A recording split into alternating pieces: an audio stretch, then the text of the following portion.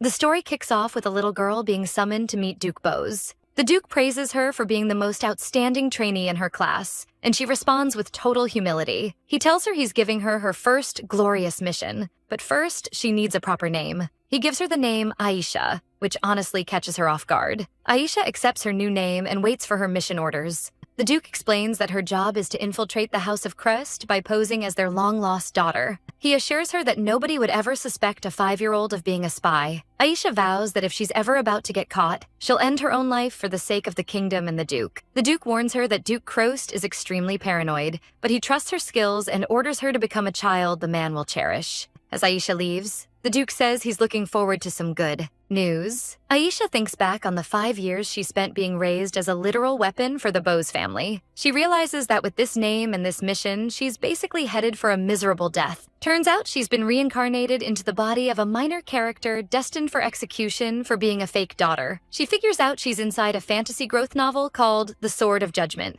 The story is about a struggle between two villainous families, the Bose family with their poison powers and the Crost family with their ice powers. The protagonist is an illegitimate child from the Bose family who overcomes everything to unite the kingdoms. Aisha laments her fate. Having been raised as a spy in this crazy world, she pieced together that she's in the Sword of Judgment through clues like Bose and spy. She couldn't even tell who she was supposed to be because trainees had no names. All she knew was how brutal life as a spy was. She remembers the hellish training and the punishments she had to endure. During those punishments, she used to wish for a simpler, freer life, even if it meant being a beggar. When she was summoned and given her name and mission, she finally realized she was just a side character doomed to die. She actually finds herself missing those brutal training days since death wasn't a certainty back then, and she's surprised by how calm she's being. She feels it's totally unfair that she was raised as a spy only to die as an extra before the hero even shows up. She thinks about her target, Duke Crost, the novel's main villain. Known for being a cold-hearted man, the Duke became even more violent after losing his family in a war against monsters, searching for them like a madman afterward. His guilt over failing to protect them became his biggest weakness. As a result, he shut himself in his castle, wearing a black mask and avoiding everyone. Aisha accepts the tough mission of becoming the fake daughter of a man like that. While packing, she notices all she owns are some rags and 3 vials of emergency poison. She realizes the only thing she ever got from the Bose family was poison to kill herself with. She regrets that in both her past and current life, she's always handed off to others empty-handed. The journey reminds her of her previous life. In her past life, she was an orphan who trusted the wrong adults who told her she just had to endure hardships. She pushed herself to the limit and eventually died from overworking. She sees the parallel in her current life where she's about to die again just by following orders. Even after realizing she wasn't in a happy story and became a spy, she still held on to hope. She thought that if she could just make it to adulthood, she'd find her freedom somehow. She decides it's way too early to give up. One regretful death is enough, and considers 3 options. She rejects the first 2, acting like the fake daughter, which leads to death, or revealing she's a spy, which leads to instant death. With only one choice left, she approaches one of the knights. She asks the knight to take her to the Duke, confident because of her knowledge of the novel. Her final gamble is to reveal that she knows the location of the real missing young lady. She declares her intention to betray the Bose family and join the Crost family. The knight is skeptical and warns her not to lie, but Aisha stands her ground. To prove she's for real, she reveals a top-secret Crost tradition, sending direct descendants to an ice cave at birth. She claims she heard it directly from the young lady who heard it from her mother, even though she only knows this from the book.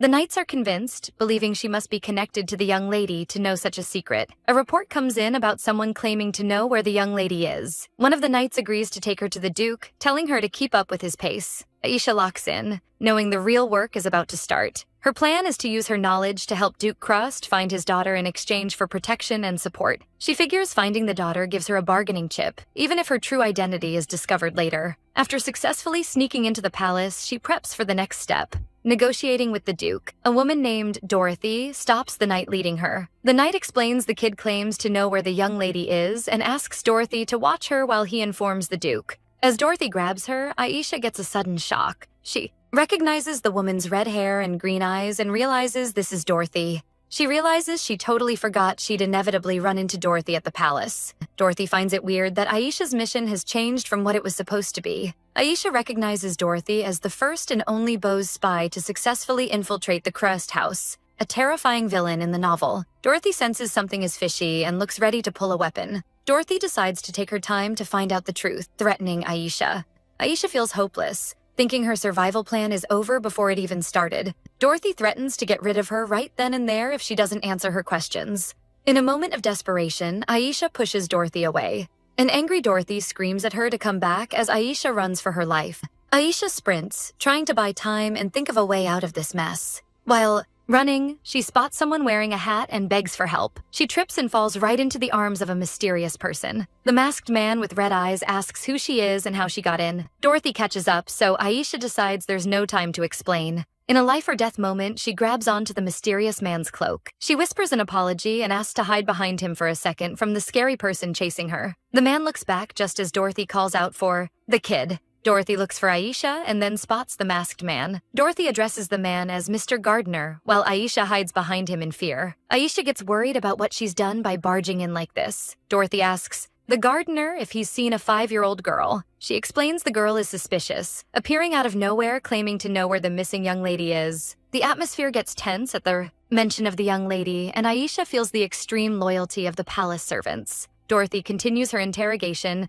asking if he's seen a blonde girl. Aisha panics, fearing the gardener will hand her over to Dorothy. The man denies seeing any child and tells Dorothy to look elsewhere. Aisha is shocked and relieved as Dorothy leaves. The man tells her it's safe to come out and she thanks him. Once she calms down, the man asks if she really knows where the young lady is. He kneels before her, asking for the truth and telling her not to joke around. She explains she was in the same orphanage as the young lady, but she was the only one who managed to escape. The deeply moved man asks where the orphanage is while Aisha expresses her gratitude for his help. The girl insists she won't reveal the orphanage's location to anyone but the Duke directly, fearing bad people might hurt her. She explains that in exchange for the location, she's going to ask the Duke for someone to protect her. She stresses her need for a reliable ally to keep her safe, so the man shows understanding and stands up. She's surprised by his sudden move and wonders where he's going. The man tells her to follow him. He's taking her to see the Duke. As she walks behind him, she thinks about how lucky she was to meet such a kind, upright person who believed her story. She gets exhausted trying to keep up with an adult's pace with her tiny body, so she tries to start a conversation to slow him down. She asks the man if he has kids, and he seems flustered. She apologizes for the personal question, explaining she only asked because he seems so good with kids. The man dodges the question and advises her not to be nervous when meeting the Duke and to just tell him what she knows. He assures her the Duke is more than capable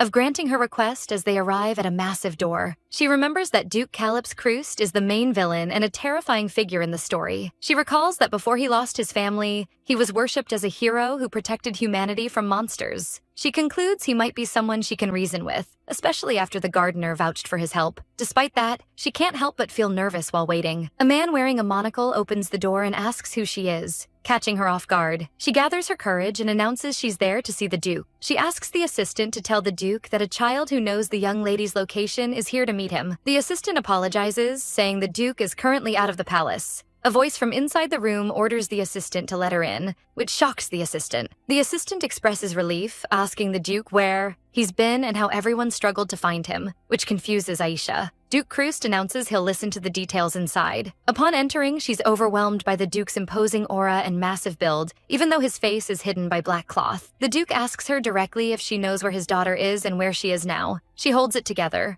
reminding herself she's practiced for this countless times. Before revealing the location, she asks him to grant her a favor in return. Surrounded by darkness, the Duke swears on the name of the Krust family that he will. She replies that she'd prefer a legally binding contract over a verbal oath. The Duke sharply asks if she's saying she doesn't trust the oath of the ducal house of Krust. She feels his terrifying pressure but forces herself not to tremble. She explains that as an orphan, she has no one to protect her. So, the only thing she can trust isn't an oath, but a legally binding contract. She thinks about how, as a spy raised from birth, nobody would care if she died. Because of that, words that can change depending on the situation are worthless to her. She insists she won't make unreasonable demands because she knows her place. This is just her way of negotiating. The Duke agrees, but says he'll set a condition of his own as well. His condition is that if his daughter isn't at the location she specifies, she'll be executed. She agrees to his condition without hesitation. The Duke accepts and asks her to state her terms. Her only condition is for him to find her a legal guardian to keep her safe until she hits adulthood. The Duke summons his assistant and orders him to draft a contract. She realizes with relief that her negotiation worked. The assistant questions the Duke's seriousness, thinking the Contract terms are too harsh for a 5-year-old. The Duke replies he just wanted to see her reaction, which confuses the assistant. The assistant asks if the Duke really believes the kid's words. The Duke confirms his faith in her, but mentions, the problem is the location is inside the Bose Duchy. The assistant is shocked, reminding the Duke that Duke Bose just gave an impossible condition for a visit. Duke Bose's conditions were, Duke Crost must visit alone without knights, bring only 2 companions, and hand over the plains of crime lands. The assistant argues that visiting enemy territory alone is way too dangerous given the constant provocations. Despite the assistant's pleas to at least sneak in secretly, the Duke decides to accept Duke Bose's terms. The Duke states this is the fastest way to get to the Bose Duchy. He declares he doesn't care if it's enemy land or a battlefield as long as he finds his daughter. The Duke instructs his assistant to inform Duke Bose he'll visit in a week. Then he leaves. The assistant sighs, thinking the Duke always loses his mind when it comes to his family, and that everyone else has already given up hope. He reveals that everyone believes the Duke's missing family is already dead. The assistant finds the girl suspicious and wonders if Duke Bose manipulated her to lure his master into a trap. He decides to investigate the kid as a precaution. Aisha hears the servants whispering about her and the Duke's suicidal plan to visit the enemy kingdom. She's surprised by how fast the rumor spread and notices the servants leaving when they see her. She worries that at this rate someone will suspect her. Dorothy appears behind her, confirming she's heard about the situation too. Dorothy sarcastically congratulates Aisha on successfully luring Duke Crost to the Bose Duchy. Aisha thinks to herself that she never expected him to make an official request to visit. She assumed he'd sneak in or attack with troops. Dorothy remarks that elite spies are different, accomplishing in one move what she couldn't in 6 years. She grabs Aisha, saying that thanks to her, she's become useless to Duke Bose and will be disposed of soon. Dorothy thinks about how everything is going opposite to her plan, with Duke Crost heading to the Bose Duchy alone. She predicts that at this rate, Duke Crost is definitely going to die. She's confident Duke Bose won't miss the chance to kill a hero, even if it brings him shame, and he'll do it in total secrecy. As a result, she and Aisha, who are now useless burdens, will be discarded. Since her life is doomed anyway, Dorothy decides it wouldn't be bad to take a companion with her. As Dorothy prepares to hurt her, Aisha screams that she has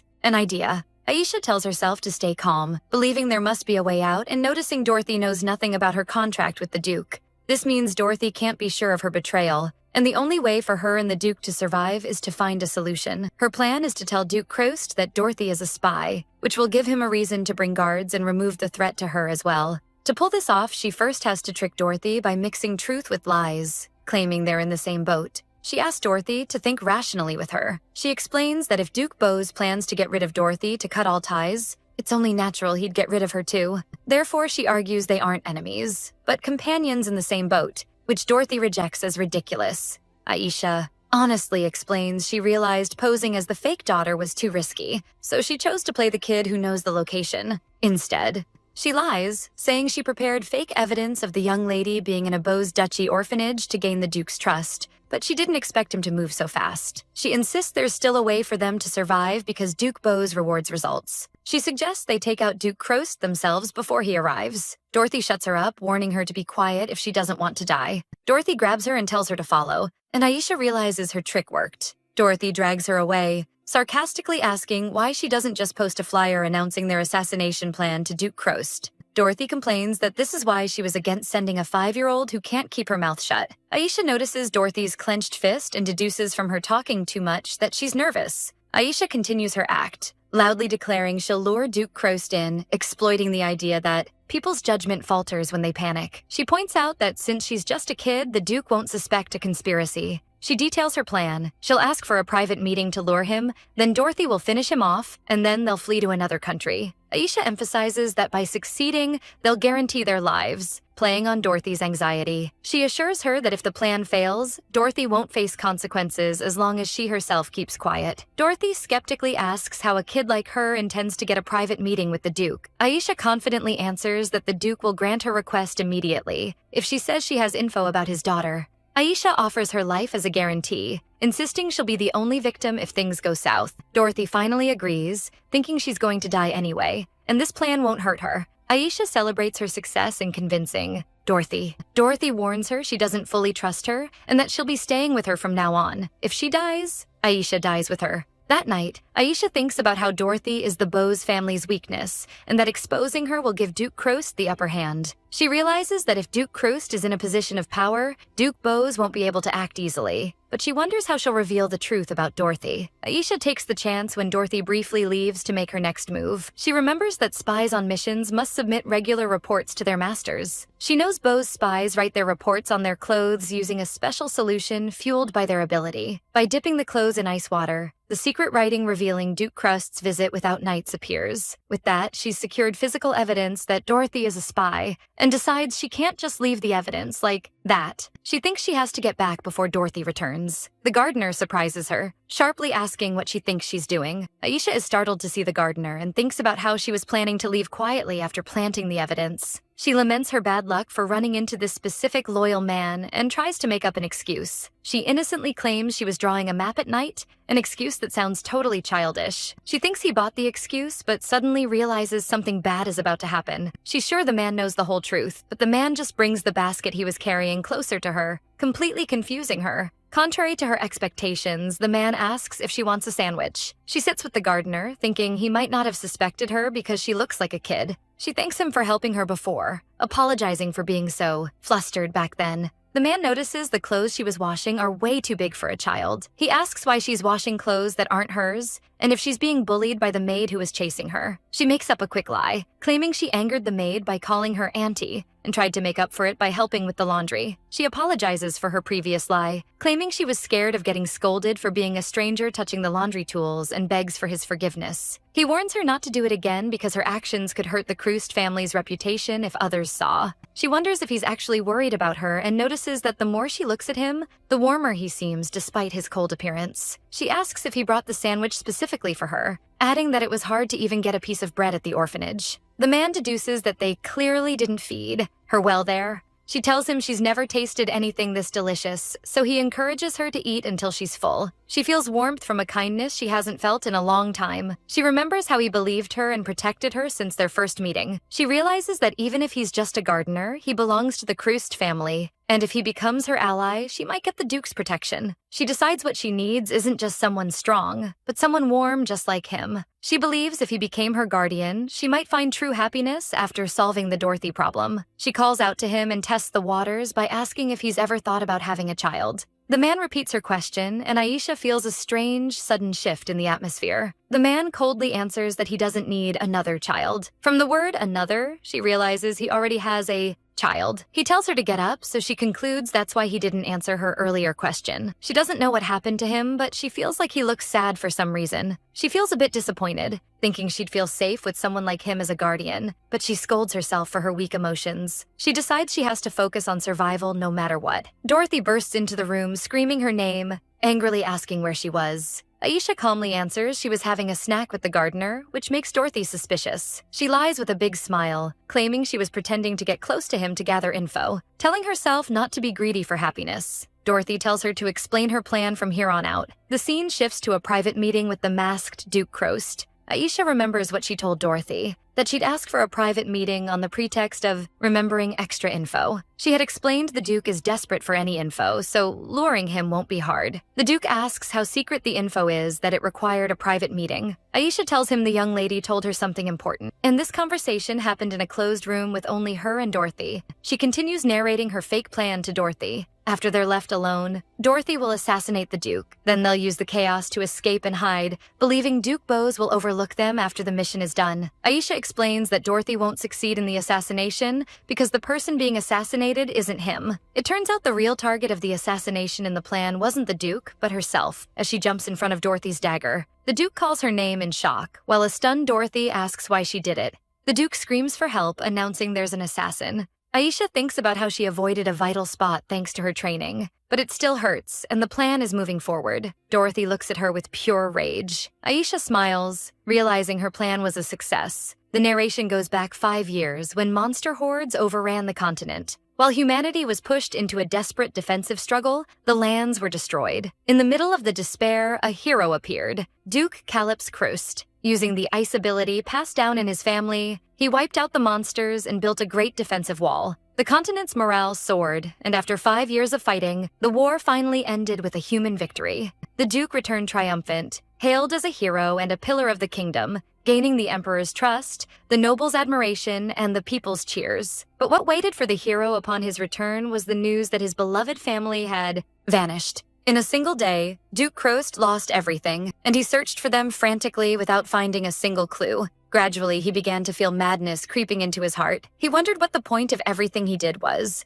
when all he wanted was to protect a place where his family could live in peace. He never imagined the end of his desperate struggle would cost him everything. He felt he wasn't in a state for anyone to see him and realized the titles of hero and shield had become useless. He saw himself as just a coward who couldn't even show his face without a mask. He felt tired of everything, of waiting for news about his family whose fate he didn't know. He was sick of pretending to be okay, of hiding his expressions behind a mask, and of carrying the responsibility of the duchy. He decided it was time to end it all. He had endured enough. Just as he was about to end his life, Aisha interrupted him by asking for help. She hugged him, asking to hide from a scary person chasing her. The Duke reveals to himself that he knew Aisha was a spy from the very beginning. For decades, his family had opposed the Bose family, and he knew them well. He was aware of their poison-based abilities, their fabrication skills, their spies, and even their communication methods. He couldn't help but suspect her from the first moment. And in the laundry room, he became certain that this child was a spy sent by the Bose family. But he wondered why she would go this far, as she seemed, through their conversations and the terms of their contract, more sincere than anyone else in her grip on life. The Duke wonders if this is all just another one of Bose's schemes, or maybe she really does want to betray Bose and ask for his protection. In the end, thanks to her, they finally have a solid reason to march their knights right into the Bose duchy. He decides he's gonna have to keep an eye on her for a bit longer. Aisha wakes up to find the Duke by her side and wonders just how long she's been out. The Duke scolds her for being so reckless. He explains that if that blade had been off by even a tiny bit, it would have shredded her organs and killed her. She happily realizes that her plan actually worked. She decides she needs to play her cards right with his questions, starting by reminding him of his promise to protect her. The Duke cuts her off, revealing he already knows she's a spy for the Bose family. He tells her to drop the fake flattery and mentions that the woman who tried to kill her was named Dorothy. He explains that the maid was also busy collecting evidence that Aisha was a spy, showing there was zero trust between them. Aisha realizes that Dorothy's disappearances weren't for missions, but to gather dirt on her. She beats herself up for being so short-sighted. She thinks about how if Dorothy had exposed her, her real identity would have been toasted.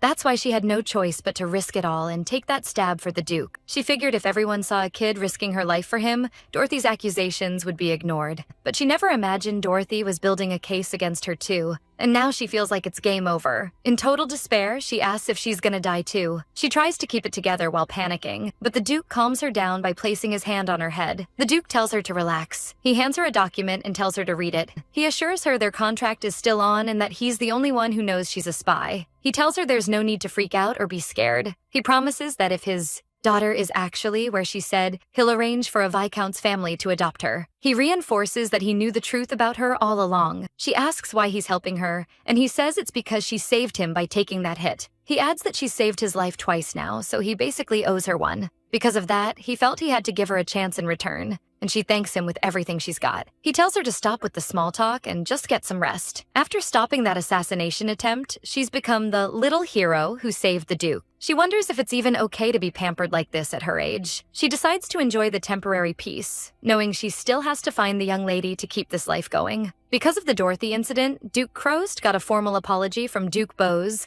and headed to the Kingdom of Doctia with 50 knights, claiming he didn't trust them. Before leaving, the Duke let her stay at the castle until a proper guardian could be found. She feels the pressure to find a survival plan soon since she can't just stay in limbo. She offers to help one of the maids hang the laundry. The maid notices her spacing out, so Aisha asks if the gardener is off today. The maid says she doesn't know who she means, but maybe he's on a break while the Duke is away. She remembers that while she was stuck in bed, the gardener used to visit her. She was surprised by his first visit and him asking how she was doing. She learned from him that Duke Crost personally let him look after her, and thanks to him, she didn't get bored while recovering. She tells him she doesn't think the Duke is scary anymore and that she probably misunderstood him. He asks why, and she says it's because he trusted and forgave her despite her massive mistake. He asks what mistake she's talking about. She playfully says it's a secret between her and the Duke, and just like that, the gardener became someone special to her. He was the first adult to actually help her and be kind, but he vanished the moment the Duke left. She wonders if he's mad she didn't tell him the secret and wishes he'd at least said goodbye. She sees a happy family of palace staff and wishes she had something like that. She remembers the gardener seemed to have a kid too and figures he went on vacation with his family, which makes her a bit jealous. She really wishes she had a family like them. A maid interrupts her, saying it's time to get ready. She realizes there's no time to be sad because today is a big day. Today is the day she's being introduced to the Frisia Viscount family. The couple welcomes her warmly, telling her not to feel pressured. She introduces herself with perfect manners. They're amazed by her etiquette and wonder if the Duke taught her himself, but she's thinking she actually learned it all in spy training. She claims she studied hard on her own just to meet them. They're impressed and ask how old she is. She says she's 5, and the Viscount asks if she's heard about their family. Aisha gears up for the real interview. She thinks about how she's memorized everything about them for this moment and is sure she'll score some points. She tells them they earned their noble title despite being commoners because of their farming skills. She adds that their land is called Frendia, a fertile area famous for wheat. She announces her dream to study farming and get her hands dirty if they adopt her. She vows she's even ready to marry for the family's glory and hopes to be the foundation for Frisia's prosperity. She asks herself if she overdid it, thinking this is exactly what a perfectly prepared adopted daughter looks like. She's surprised when their faces suddenly change. They thank her for studying their history so deeply and realize why Duke Crost praised her so much. She wonders if she messed something up and decides she has to win them over somehow. She suddenly jumps up to tell Lady Frisia she wrote a poem for her since she heard she loves poetry. The head maid interrupts, announcing a telegram from the Duke. They assume it's good news, maybe that the young lady was found, and get ready to celebrate. The head maid sadly tells them the young lady wasn't found. She explains they found nothing at the orphanage or nearby areas, and the Duke is on his way back. Aisha is absolutely crushed by the news. Meanwhile, Duke Crost arrives at the Andra Swamp in the Bose Duchy. The Duke thinks about how the place is untouched by humans, and that if his daughter was here, her chances of survival are 0. He declares there's nothing left, wondering how he's even supposed to remember Eve. He orders his men to retreat. He realizes he's completely lost his reason to live. He feels like everything should end now. It's the only way he can pay for his sins. Aisha realizes the original story has totally changed, as the girl's body was supposed to be found at the orphanage. She wonders if her interference changed the plot and remembers the Duke is coming back soon. She concludes the only reason the Duke hid the fact that she's a spy was because she gave him his daughter's location and their contract is still active. But if the girl isn't there, she's just a burden with no place in his house. She becomes a target for elimination and realizes she's definitely going to die this time. She decides she has to survive and remembers she's memorized the entire palace layout. She escapes through a vent leading to the garden, thinking no one will find her there. Aisha wonders if she's doomed to spend the rest of her life on the run. She just wanted her new life to be different. She remembers her past life and how she was always blamed for stuff that wasn't her fault. After her parents died and she fled her abusive relatives, she ended up drowned in debt, which made life suffocating. That's why all she wanted in her new life was to be normal and great. Even though she was reincarnated as a minor villainess, she thought she could change her fate with her knowledge of the story. But now she finds out you can't fight destiny and that she'll never escape this miserable loop. Even born again, she's still the same. She thinks the only perk of this body is that she can end it all, without any pain. The Duke returns to the castle and is greeted. His servant tells him the Viscount and his wife are waiting to see him. The exhausted Duke tries to push the meeting back, but his knight tells him the little girl is gone. The knight informs him that the girl who claimed to know the young lady's location has vanished. A maid adds that she disappeared right after hearing the daughter wasn't at the orphanage, and that they found a potion bottle in the storage. The Duke immediately recognizes it as the Bose family's suicide poison bottle. The Duke wonders why the bottle was even there. He remembers Aisha's words about him being her savior and her faith in him. The Viscount suggests searching for Aisha, worried she might be in danger. The Duke suddenly bolts out. He realizes he has to find her before the poison spreads through her body. He goes out searching, calling her name. He's worried she might have left the castle after drinking the poison. He thinks about how, despite being a spy, she was so desperate to survive that she entrusted her life to him, her enemy. He concludes that if she resorted to suicide poison just because his daughter wasn't there, she never intended to trick him from the start. He realizes Duke Bose must have moved his daughter after Aisha escaped his territory. He calls out to her again, imagining the sheer terror she must have felt. He wonders if she's lost her will to live, just like he did before,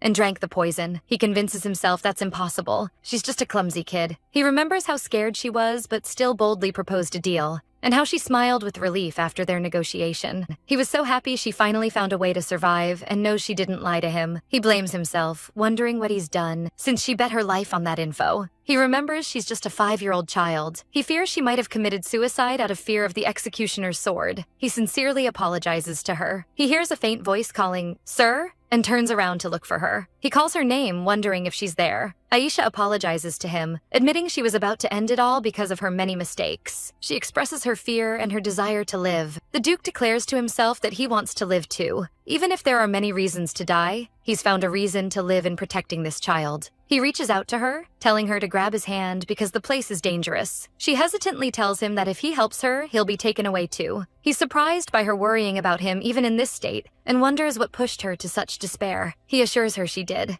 nothing wrong, and that the blame lies with the adults who messed up. He admits his feelings are selfish, but asks her to give him a chance to make amends. He grabs her hand and tells her not to let go, to hold on tight. He pulls her out of the vent and hugs her. Aisha thinks the Duke is her savior, but he corrects her. He tells her she's wrong and that the person who was saved was himself. Aisha wakes up from a beautiful dream for the first time in a while. It was a dream about her parents from her past life singing her a lullaby, but it suddenly turned into a nightmare where she asked her mom where the young lady was. She wakes up gasping and realizes she's in a strange room.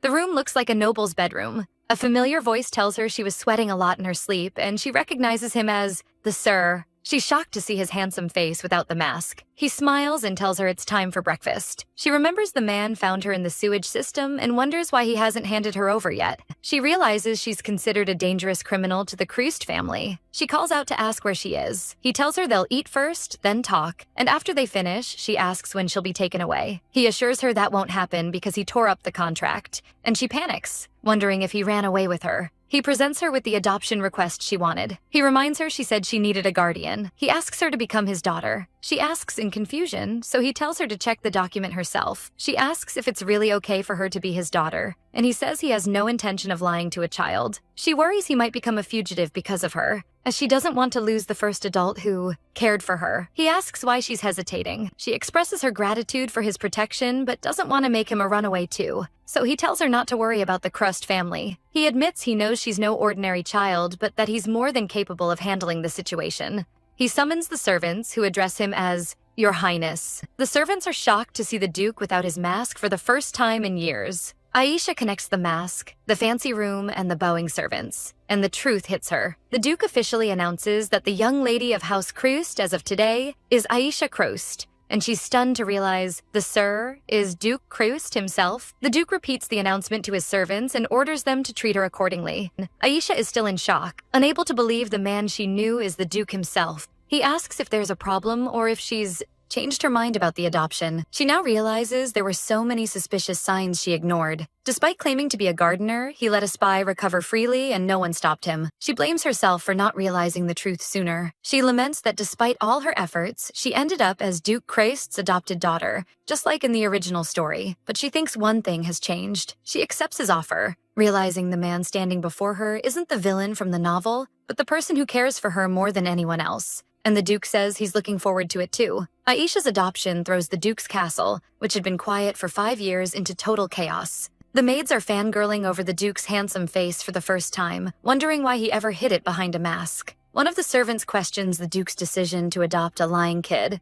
Others assume his judgment is clouded because he misses his daughter. The head maid shuts them up, reminding them they have to follow the Duke's orders no matter what. She tells them to get back to work. In the Duke's office, the assistant asks how the kid is doing. The Duke tells the assistant that Aisha is fine, but he asks why he's asking. The assistant asks the Duke if he has anything to tell him first. The Duke realizes his assistant is there to talk about his daughter, and the assistant sarcastically remarks that one might think she was his biological daughter. The Duke answers that he doesn't see adopting a stray kid as a big deal, as this isn't the first time an orphan has entered his home. The assistant admits Aisha is smart and follows orders well, but a kid with no clear background claiming to know the young lady's location is super suspicious. And more importantly, the young lady wasn't at that location. The assistant argues that everything might have been a lie from the start. The Duke warns his assistant, Knox, to watch his mouth. Knox insists he has to say what needs to be said, reminding the Duke of the spy they caught and the suspicious moves by the Kingdom of Doctia. He explains they've always craved the Duke's power, and that if it weren't for House Krust protecting the continent from monsters,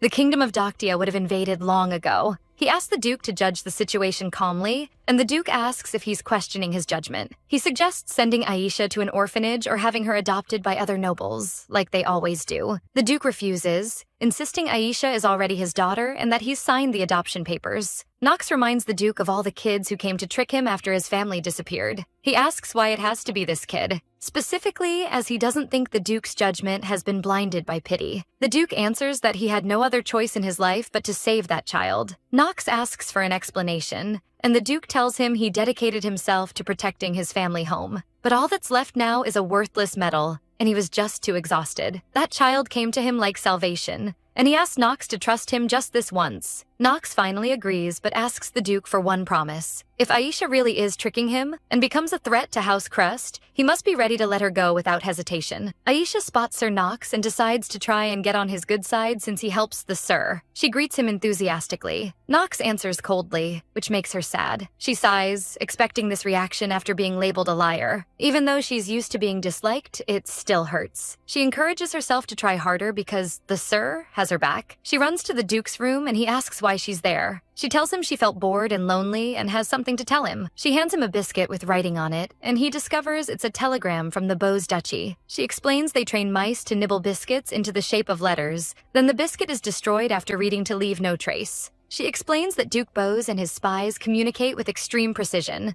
A spy writes a report on their uniform and sends it to a base disguised as a repair shop. On the other hand, when the Duke sends a telegram, he uses the mice. Messages are delivered by these mice through invisible paths. Thanks to this precise system, Duke Bose has managed to stay alive until now. The Duke reads the message, which confirms the adoption mission is complete and orders a focus on the upcoming air selection test. Aisha is shocked to read that Dorothy has been disposed of and realizes this is the fate of a failed spy. For a moment, she remembers this harsh reality that she'd forgotten because of the Sir's kindness. Even though Dorothy wasn't a good person, Aisha is now the only one who remembers she even existed. The Duke sharply asks if she's saying this telegram was sent to her from the Bose Duchy. She realizes she might have revealed too much info and that mentioning the heir will trigger him. She thinks about how choosing a successor for Duke Crest was a major plot point in the original story. She blames herself for not considering his feelings, especially since it hasn't been long since his hope of finding his daughter collapsed. The Duke crushes the biscuit in anger, wondering if this is something to say to a 5-year-old. Aisha thinks he's more upset than she thought, so the Duke summons the head maid, May. He asks her to look after Aisha for a moment and call Knox. Aisha notices the Duke looks really angry and wonders if everything is going to be okay. Aisha happily remembers how the Duke got angry on her behalf and feels overjoyed. She decides she shouldn't keep relying on him. She wants to become someone he can rely on too. As May gets ready to leave, Aisha decides she first needs to get rid of her liar image. She thinks if she keeps approaching May warmly, maybe she'll like her one day. She offers to share her cake, saying it's too much for her to eat alone. May refuses, so Aisha offers her other sweets the Duke gave her. May coldly tells her she doesn't need to force herself to get close to them. She explains that no servants want to be close to someone like her, someone who broke their promise to find the young lady. Despite the rejection, Aisha smiles and invites her to eat together next time. May hesitates for a second before leaving Aisha alone again. Meanwhile, in the Duke's office, the Duke expresses his disappointment in Knox's abilities. The Duke tells Knox that the maid who tried the assassination has died in the underground prison. The Duke wonders how that happened despite his strict orders for surveillance. Knox explains that an investigator and a knight were sent to watch, but the maid was already dead when they arrived. The maid showed signs of resistance, but the investigator apparently committed suicide. The Duke moves on to the topic of the upcoming air selection test. He notices the internal atmosphere of House Crest has been unstable lately. He orders Knox to step up security and monitor Aisha's surroundings. At the upcoming air selection test, the Duke announces he intends to officially introduce Aisha. Later, he tells Aisha directly that he'll introduce her at the test. She's surprised, so he reminds her she's now an official member of House Crest. She points out she doesn't have any ice powers. The narration explains that mastering the ice ability is a massive advantage for passing the 3 air trials. Usually, direct Crest descendants become the heirs, but with the Duke's family currently gone, no one can legitimately claim the spot. The Duke explains he just wanted to officially announce she's his daughter. He realizes this traditional family event is the perfect time to introduce her, and after that, no one will dare treat her badly. She wonders if he noticed she's being subtly shunned and thinks she's fine as long as he's by her side. She thanks him and realizes that having him by her side is more than enough. He tells her he's leaving on a mission to subdue monsters tomorrow, and that she should ask Knox for anything she needs. She realizes that's why he's wearing heavy clothes and that she'll be on her own for a while. He jokingly adds that if Knox gives her a hard time, he'll look the other way if she smacks him on the head, which shocks Knox. Knox wonders in confusion why he'd let a kid smack him. The Duke asks Knox to come with him for a quick meeting before deployment. Knox sighs, reluctantly agreeing to the Duke's decision. The next day, the Duke heads north to subdue the monsters. And Knox was literally watching her 24 hours a day. Knox wonders aloud if all kids waddle like ducks or if it's just her.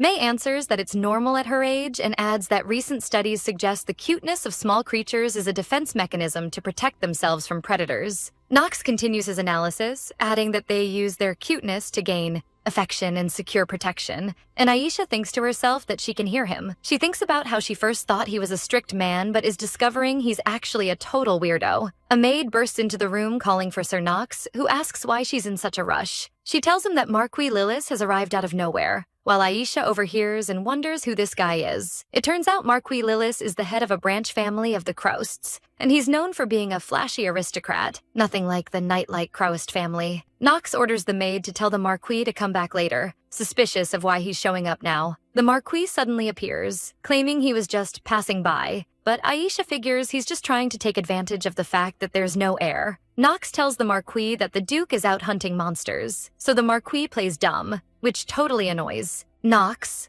Aisha thinks about heading back to her room to stay out of the awkward tension between the two. But then, a boy named Tex bumps into her, causing her to fall. Knox rushes to check on Aisha, who tells him she's fine. Tex rudely asks who gave them permission to block his path. He glares at his ruined new clothes, thinking Aisha is just some arrogant kid. Aisha decides apologizing is better than arguing, so she says she's sorry. She explains she just wasn't looking where she was going. Tex snaps that an apology isn't enough for ruining his clothes. He rudely demands she get on her knees if she's actually sorry, while Tex is making a scene. Knox steps in and reminds Lord Tex that Aisha is the direct heir and the lady of the Croist Duchy. Tex scoffs at him, calling Aisha a pathetic brat. Aisha recalls that in the original novel, Tex Lillis was actually the next in line for the duchy. Tex recognizes her as the adopted kid from the rumors and tells her she'll never be the heir. He says the Croist family doesn't need an heir who can't even use ice powers. Aisha fires back that he doesn't exactly look like heir material himself. This makes Tex lose it, and he approaches her threateningly. He declares he's going to show her what real power looks like. Tex launches an ice attack, forcing Knox to jump in and protect Aisha.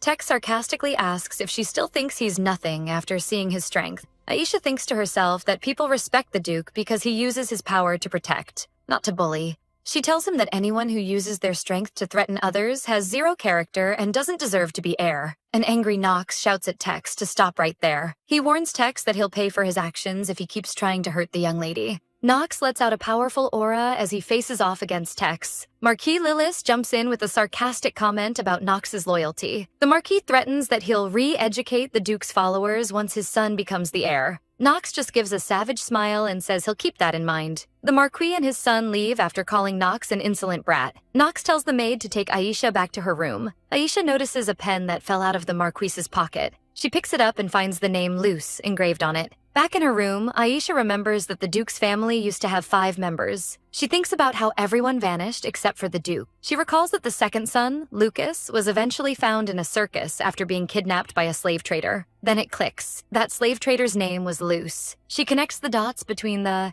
Marquis' ambition and the kidnapping of the Duke's kids. She concludes that Marquis Lillis is either Luce himself or his partner. She thinks about her original plan to tell the Duke where his lost kids are, but she hesitates because her previous info about the daughter was wrong. She's scared that if she's wrong again, she won't just be kicked out. She'll have broken the Duke's heart all over again. But then she remembers the Duke's kindness and how much he misses his real kids. She decides to push past her fear and do her best for him. Meanwhile, Knox is fuming over the Marquis's rudeness. He admits that Aisha handled the situation surprisingly well. He wonders if the Duke saw some potential in her that could help him. He hopes he can finally move past the grief of the lost young masters. Suddenly, a noise in his office startles him. It's a mouse. He finds it weird that there's a mouse in the castle and notices its footprints. He remembers the Duke's warning that Beau's spies use mice to communicate. He links the appearance of the mouse to the spy they caught a few days ago. He figures there's another spy left and feels like a fool forever trusting Aisha. He follows the tracks to Aisha's room and bursts in. He confronts her angrily, demanding to know what she was writing. Out on his mission, the Duke gets an urgent message from Knox. He orders a portal to be opened so he can return immediately, despite being mid-mission. The message says Aisha was caught messaging the Duke of Bose and is on her way to a meeting point. Nox is seen leading Aisha to a carriage, looking absolutely furious with her. In a flashback, it's revealed that Aisha knew her options were limited with the Duke away. She decided to use Nox and his constant stalking to pull off her plan. She knew he'd be hyper-aware of spy tactics after the Dorothy incident. She figured Nox was the only person who could handle the situation as the Duke's proxy. We go back to the moment Nox confronted her about what she was writing on her clothes. Nox reads her message, which sets a meeting at the O'Hilly Circus. He realizes this is a classic Bose spy move, which is exactly what Aisha wanted. Nox declares they're going to that circus together on the set date. In the carriage, Aisha thinks that if she doesn't find Lucas, she can just pretend she was joking. She notices Nox's angry silence after she tricked him into coming along. His total silence is honestly terrifying. She tells herself she has to deal with his anger because she used him for a good cause. They finally arrive at the noisy circus. Aisha knows this is the place the original novel mentioned for the second, young master. She figures they'd classify Lucas as top-tier merchandise because of his powers. She remembers the circus is just a front for illegal stuff. We're talking human trafficking, kidnapping, the whole deal. Nox is struggling with the massive crowd. Aisha decides to use the chaos to slip away from him. She knows her hands are tied if she stays with him. She ignores his shouts and goes off to find Lucas on her own. She tells herself that saving Lucas is the only thing that matters right now. She figures Lucas, with his insane powers, would be treated as a rare product. She concludes he must be held somewhere the public can't reach. She decides to become merchandise herself to get inside, but she gets caught immediately. Aisha pretends to be a lost kid in front of two masked men, claiming her parents are looking for her. One of the guys offers to take her to the staff room, asking what her parents look like. Aisha describes her parents as wealthy and decked out in expensive clothes to hint at her value as a hostage. She knows that in her fancy Duke-tier clothes, she's a huge prize for kidnappers. She realizes her plan is super risky, but she's out of time. The guy falls for it and tells her to follow him, thinking he's hit the jackpot. She overhears the men talking about a visitor coming after the event.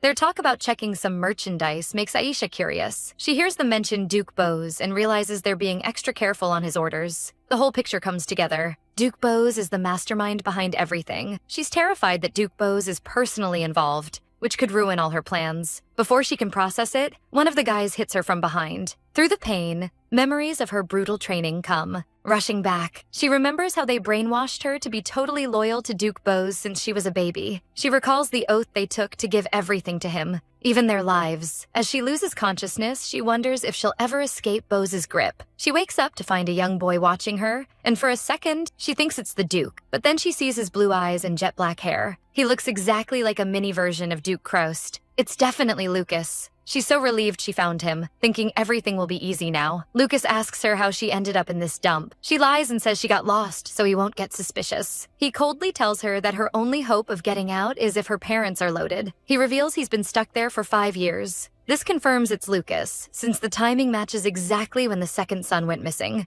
She excitedly suggests she free him so they can run away together. He scoffs at her, thinking she's wasting her time, but she insists she's got away. He explains the chains aren't normal. They were custom-made by the Bose family to suppress powers. She doesn't care. She was trained relentlessly on how to break these things. She remembers her instructor threatening to kill her if she didn't break chains in 5 seconds. She smashes the chains in an instant, leaving Lucas speechless. He's shocked and accuses her of being sent by Duke Bose. Aisha panics and tries to deny it. He asks how she could break the chains if she wasn't one of Bose's people. She realizes she messed up big time when she accidentally calls him by his name. He faces her coldly, mocking that Bose sent a naive kid after sending adults to torture him. He flat out calls her a Bose spy, and she strongly denies it. Her instructor's words ring in her head, that she can never outrun her past. She remembers that everyone around her knew who she really was, but then she thinks of Duke Croust, who trusted her and called her his daughter. She admits to Lucas that she was a spy, but she never chose that life. She explains she was abandoned at birth and forced into training. She tells him how hard she fought to escape that painful existence. She reveals she was saved by the kindness of the Christ family. She tells him she heard about him while she was with Bose and thought he'd want to escape too. She promises to take him back to his dad and asks him to run with her.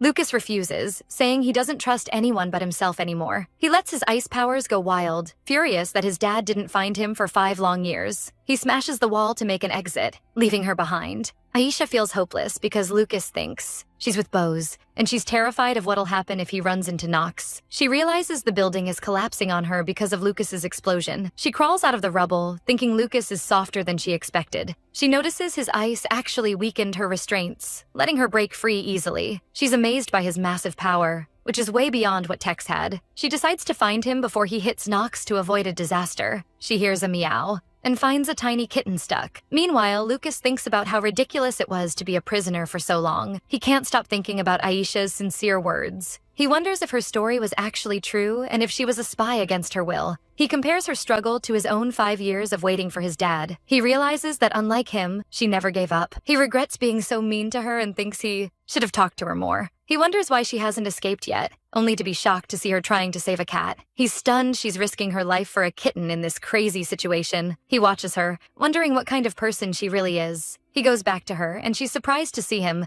but he angrily asks why she's still there. She says it's because of the cat, and he calls her an idiot just before he spots danger. Aisha sees the look of pure terror on Lucas's face, and she turns to see a masked man attacking him. Aisha screams for Lucas to warn him. Somewhere else, Knox is negotiating with the kidnappers who are demanding 5,000 gold pieces. Knox realizes the people he met at the meeting point weren't Aisha's allies. He smirks, realizing he's just dealing with regular kidnappers. A man bursts in to report that the top-tier merchandise has gone berserk after breaking free. The word merchandise catches Knox's attention. He feels a massive aura of special power coming from the chaos. He realizes this can only be the Krust family's signature ice power. He desperately wonders if the lost young masters are actually here. He reaches the source of the mess and decides to message the Duke immediately. Knox gets surrounded by masked men, but he faces them calmly. The kidnappers mock him and decide to finish him off. As they attack, Knox closes his eyes, cursing the situation. Suddenly, the kidnappers are caught in a surprise ice ambush. The attackers recognize Duke Krost's banner and realize they're doomed.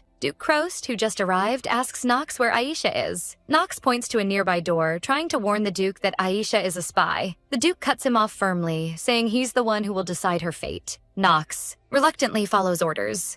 The Duke smashes the door open and enters the dark room. He's shocked by the scene. Lucas is holding an unconscious Aisha. The Duke thinks Aisha should be asleep at this hour. He wonders in pain and confusion why she's here in such a terrible state. The Duke is in total shock seeing Aisha there. Lucas creates an ice barrier and warns the Duke not to get any closer. Lucas recognizes the ice power and asks if he's Duke Krust.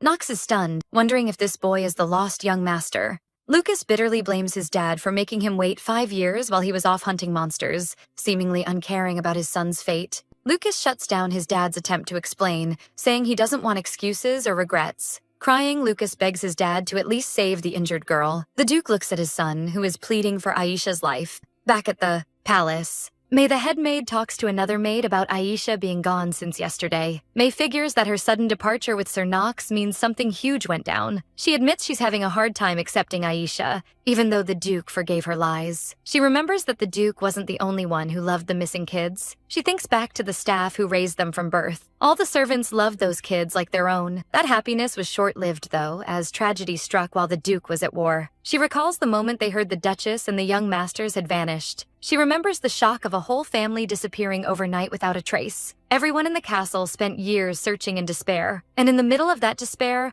Aisha showed up to take their place and their happiness. May rethink her harshness, realizing Aisha is just a 5-year-old kid. She decides to prep Aisha's meal as usual and asks for the strawberries she likes. A maid interrupts, announcing the Duke is back with the second lost young master. She adds that Lady Aisha is severely injured. The doctor sadly tells the Duke that the young lady has passed away. The Duke stares at him in shock, unable to believe it. Lucas bursts in screaming, refusing to believe the news since she was talking to him just moments before they arrived. The doctor explains the young lady didn't want to worry the young master. He figures she knew she was in critical condition, but acted fine for Lucas's sake. Lucas screams in denial, begging Aisha to open her eyes. The Duke remembers how he'd imagined meeting his kids over and over for 5 years. He thought about how they were living and how emotional the reunion would be. He never imagined it would end like this. The doctor tries to calm a raging Lucas who won't leave Aisha's side. The Duke feels like a failure as a father all over again. He lets out his grief and rage in a massive ice explosion. He orders everyone out as he stands by Aisha's frozen body. Days later, the servants are whispering about the Duke keeping the room frozen and Aisha's sacrifice to save Lucas. One of the servants feels the atmosphere in the duchy is scarier than ever. Knox tells the Duke that an official document arrived from the Imperial Palace asking when monster subdual will resume. The Duke ignores the report and asks Knox if he's found a way to save Aisha. Knox realizes the Duke is clinging to impossible hope out of guilt. Knox admits to himself that Aisha was never fully accepted, even by the staff, because of that same guilt. He blames himself for doubting his master and refusing to trust the child. He concludes that Aisha pushed herself to this end because of her guilt over not finding the daughter and her sadness over not being recognized. As Knox tells the Duke he'll keep searching, the Duke coughs up blood. Knox panics as he sees the Duke bleeding. He realizes the Duke hasn't slept since that day and tries to calm him down to call a doctor. The Duke curses himself, wondering what kind of hero he is if he can't protect the people he loves. He admits he's completely pathetic. Lucas is carrying a bouquet of flowers when a servant asks where he's going. The maid realizes the young master is going back to that room again. Lucas stands by Aisha's frozen bed and places the flowers. He talks to her, refusing to believe she's dead, and asks when she'll wake up. He assures her they're all looking for a cure and tells her to just wait a bit longer. He says he'll be back tomorrow and wishes her a good night, begging her to wake up and talk to him. A mysterious white cat appears on the balcony, watching the scene. The cat asks Aisha's body if she's finally dead. The cat thinks about how it has seen death countless times in its long life. It declares that the death of animals or monsters never mattered to it. It thought those deaths were no different from any other. But then it remembers how Aisha, a tiny, fragile human, protected it, and how she collapsed while trying to protect a child way stronger than her. It thought she was an idiot at first, but it changed its mind when it saw her face as she was dying. It was like she was screaming that you should never give up and keep living. It wanted to ask her why she had that look in her eyes. Since it hates leaving things unsolved, the cat's spirit enters Aisha's body to get an explanation. It says goodbye to Aisha, saying it'll see her soon. Aisha has a weird dream where shadows surround her and call her name. She finds herself alone in a dark place. A terrifying smile with sharp teeth appears in the dark. She remembers a hand reaching out and someone thanking her. A mysterious boy tells her she'll find out who he is soon and says goodbye. Aisha wakes up to hear the doctor and the Duke discussing asking the royal family for help. She sees the Duke standing there and calls him Sir. She wakes up fully, wondering what happened. Lucas rushes to her and hugs her, asking if she's okay. The shocked doctor calls it a miracle since her heart had definitely stopped. The doctor confirms she's surprisingly healthy despite the bruises. Aisha wonders if she died and came back, trying to make sense of her weird dream. She wonders if the dream was linked to the real Aisha before she took over the body. She wonders who that mysterious boy was. She decides not to tell the Duke about the dream, so he won't worry. She assures everyone she's fine. In fact, she feels healthier than ever. The Duke strictly warns her never to do anything reckless again. She notices the Duke looks pale and way thinner. She sees the worry on Lucas and Knox's faces too, realizing she made everyone anxious again. She promises the Duke she won't cause any more trouble. The doctor insists she rests for a week, and Lucas volunteers to take care of her. She sits in silence with Lucas, wondering why he isn't saying anything even though he clearly wants to. She asks about the flowers in the vase, and he admits he's the one who brought them. Aisha wonders why Lucas brought dandelion seeds instead of blooming flowers. Lucas tells her it's because her hair looks like dandelion fluff. He asks Aisha if she was actually adopted by Duke Crost, and she confirms it. Aisha realizes this was the question Lucas really wanted to ask, but the circus chaos prevented it. She understands why he's upset. While he was kidnapped, she was adopted as the Duke's daughter. She figures he still feels abandoned by the Duke, which must feel like a huge betrayal. Lucas surprises her by suggesting she call him Big Brother instead of his name, since she's his little sister now. Lucas admits he was angry when he heard about the adoption because he felt totally replaced. He adds that despite his anger, he doesn't want to ruin the happiness she finally found. He declares he's decided to accept her as family, seeing her as his savior. He asks if she doesn't want to be part of his family, and she panics and says that's not it. She thinks to herself that as a former adult, it's kinda embarrassing to call him Big Brother. Lucas thinks she doubts his ability to be a good brother and vows to prove himself. Aisha realizes he's misunderstood her and decides to ask for a favor instead of explaining her embarrassment. She asks him to read her a fairy tale book, and he wonders why.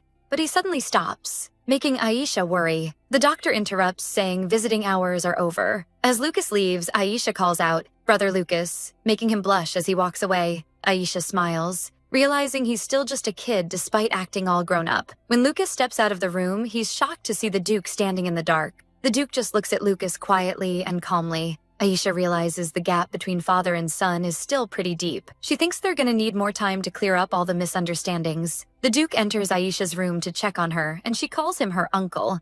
He smiles with relief, seeing she's doing better. Aisha thinks about how happy she is to have found Lucas, but she blames herself for almost leaving a deep scar on him. She explains she hated the idea of letting him down with unconfirmed info. The Duke takes her hand and hugs her tenderly, sincerely thanking her for finding Lucas. He deeply apologizes for putting her in danger again. Aisha assures him she's fine and suggests he go talk things out with Lucas. Their talk is interrupted by a knock on the door. It's Sir Knox and May, the head maid. May asks for permission to speak with Aisha for a moment. Both Knox and May bow deeply in apology, admitting their stupid judgment caused her a lot of pain.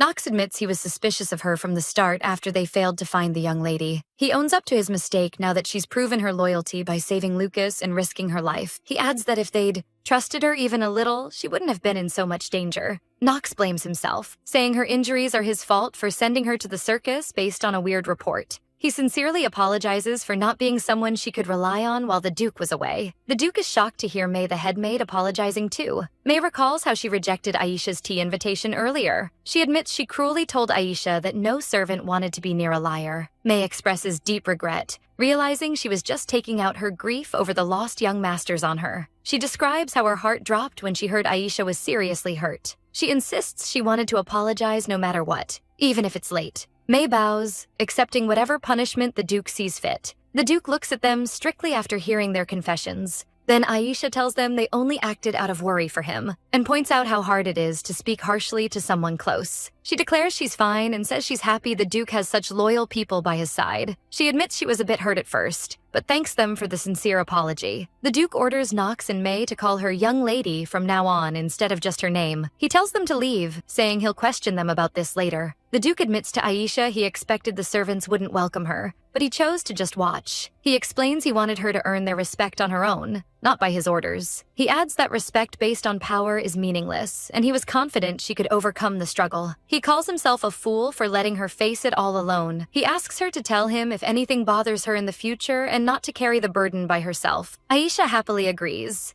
Outside, May hopes Aisha doesn't get scolded, and Knox reassures her since they don't hear any yelling. May expresses her admiration for the young lady's wisdom, which blew them away. Knox agrees, saying they should be ashamed as adults for taking so long to realize they were wrong. Knox asks May what the young lady likes so he can show how sorry he is. Somewhere else, Tex is collapsing from exhaustion after using his ice powers. His father, the Marquis, tells him he needs to put Aisha in her place during the heir selection ceremony. Tex complains that the medicine giving him the power is running out. The Marquis grabs his son firmly, insisting this is their only chance to rise now that the Duke's direct line is gone. He warns him not to repeat his mother's mistake, hinting at an incident where his name didn't appear as a legitimate heir. It turns out Tex's ice power comes from pills that give temporary abilities. The Marquis thinks that with these pills, he'll easily take control of the Crost family. He sees Aisha as a hurdle, but he's counting on Tex since he's the only one showing powers right now. The Marquis decides to meet that man to get more medicine, as they only have enough for 1 week before the heir selection.